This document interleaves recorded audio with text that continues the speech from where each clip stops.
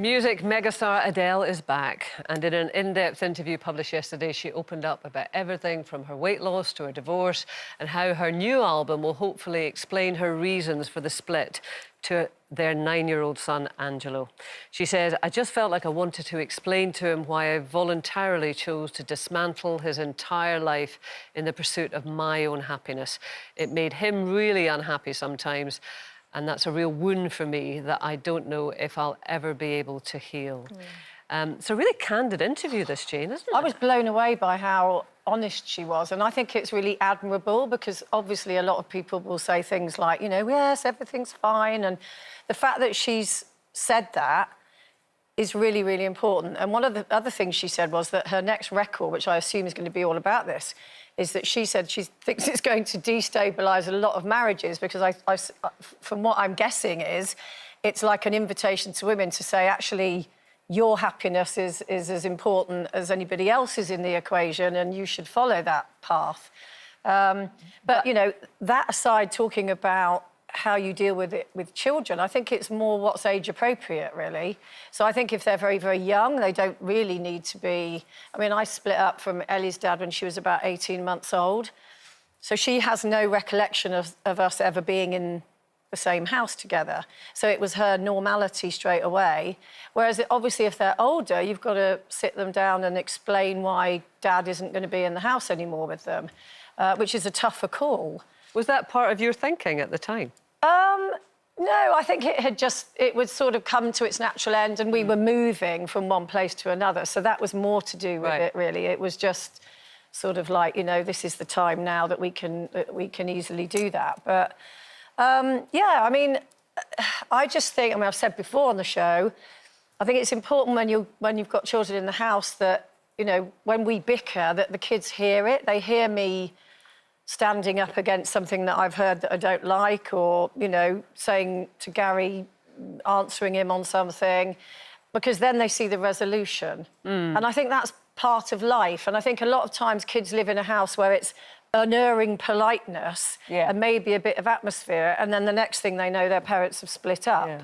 I mean, my house was very... My mum and dad had a fabulous, fiery relationship.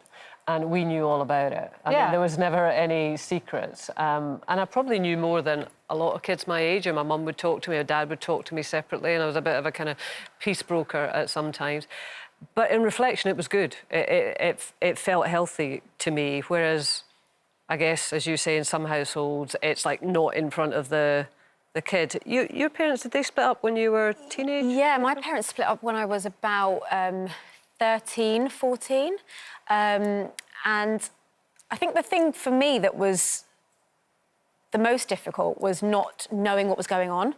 And obviously I was that bit older, but I think my parents tried to protect us by not talking about it. And that's what I'm so mindful of now that I'm a parent, that it's finding the right language, isn't it, obviously, and depending how old your kids are, but just making them know that just letting them know that they know what's going on and they have a voice and that they can ask questions. And So what were you thinking then as a 13, 14-year-old? Oh, God, I was just... like the rug had been pulled under my feet, basically. At that point, my parents split up, we lost our home. So my whole world changed overnight. And growing up, we were like a very, very close family. And obviously, I think children are very emotionally mature. Like, you know, they know what's going on, they feel it, and they pick it up, don't they, and sense it. So I could sense lots of things going on, but there was no sort of conversation about it. It's difficult, isn't it? Because you sort of think, well, that question you said, well, should you stay together for the sake of the children? And it is that thing of you know, do you just soldier on and push on through? And it is if somebody doesn't, it's not like they're beating you up or they've had an affair or anything like that. If you're just sort of feeling maybe like Adele was, that she just wasn't happy, and there was no particular tangible thing to hang that on. It is a big decision to pull the rug. It's quite, I guess that's almost harder, and then harder to explain as well.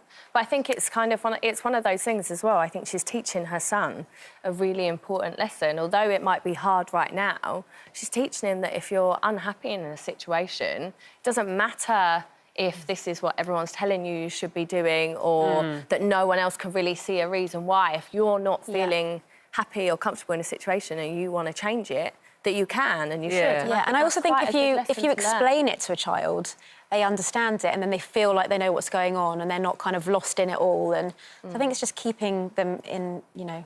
But there's a lot of people watching this who will probably also say, who are further down the line in marriage, who would say, well, we had patches like that where I didn't want to be in it, but we stuck at it. And actually, we've now got a really good marriage and, you know, and we've kept the unit together. It's tricky. Constant long-term happiness from my old age, I think, is probably unachievable and not even necessarily desirable because life is full of ups and downs. But I guess you know when you're unhappy. And anyway, she's made her own decision. She's a very smart woman and she'll know why she's done that.